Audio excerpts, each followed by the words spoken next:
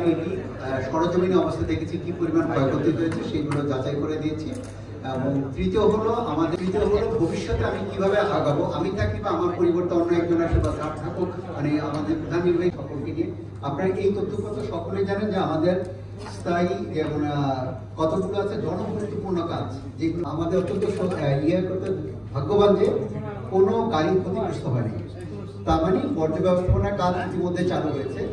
তারপর জন্ম মৃত্যু নিবন্ধন লুট হয়েছে, ধ্বংস হয়েছে, সেটি কত শতাংশ আর ফেরত পেয়েছেন কত শতাংশ? যারা এখনো দেয় অনুরোধ করছেন নাকি আইন দুটো অংশ। প্রথম অংশ হলো আমার কম্পিউটার যে নিয়োগ করা হয়েছে সিটি কর্পোরেশন, আপনি বলেন আমার মাসে দুটি হচ্ছে যে রাজশাহী শহরে উন্নয়ন কাজগুলো যে চলছে সেগুলো পিপিআর বলেছে 5 লাখ টাকার উপরে কিন্তু টেন্ডার করতে হয়, কিন্তু বিনা টেন্ডারে ব্যবস্থা নিয়েছে। আচ্ছা ধন্যবাদ। আপনারা জানেন সরকারি কাজের ক্ষেত্রে যখন কোনো সরকারি দায়িত্ব দিতে হবে তখন একটা হিসাবের প্রশ্ন থাকে।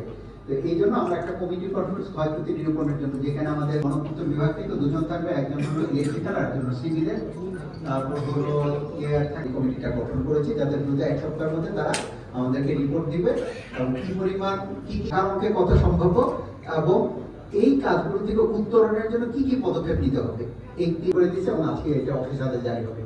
আরেকটি কমিটি গঠন হচ্ছে আমাদের এই যে ডে টু ডে কাজ চালু করার জন্য কোনো অভিযোগ থাকে এটা আমরা যাচাই বাছাই করে তাদের বিরুদ্ধে ব্যবস্থা নিব। আর অস্থায়ী জনবল আছে আর মহিলা হলো 748 জন। তো এদের ক্ষেত্রে আমরা আরেকটা কমিটি গঠন করছি স্থাপনা এবং তর্কিত না কিন্তু পাওয়া যাচ্ছে না তাদেরকে আমরা রাখবো।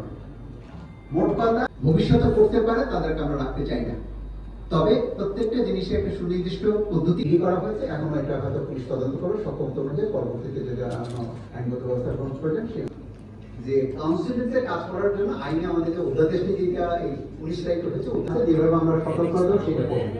এটা আমাদের আজকে সকালে সিদ্ধান্ত আছে।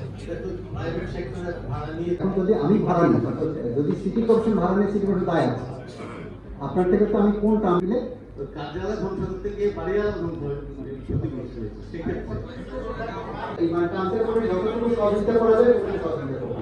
দ্বিতীয় হচ্ছে যে 10 বছর ধরে আমরা লক্ষ্য করেছি এই বিষয়ে আমরা চাই যে আগামীতে তাদের কোনো বৈষম্য। আচ্ছা প্রথমে এখানে এই বিষয়ে তাদের ব্যাপারে আপনার তাদের ব্যাপারে দুর্নীতি বা এই রাজশাহী বিভাগীয় কমিশনার আগে আমি বাংলাদেশের ডিজিটাল একটা প্ল্যাটফর্ম দেখতাম আর কি।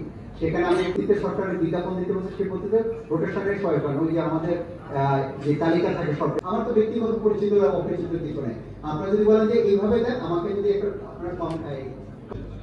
আপনার শ্রেণী পরিবর্তন করতে আইনে বলা আছে জেলা প্রশাসকের অনুমতি লাগবে, আপনি করেন নাই। আলহামদুলিল্লাহ আমি যেটা জানতে চাচ্ছিলাম আমার প্রশ্নগুলো হচ্ছে সব দুইটা। প্রথমত হচ্ছে যে যিনি পলাতক সাবেক মেয়র, এই মেয়রের এখন তো কথা হলো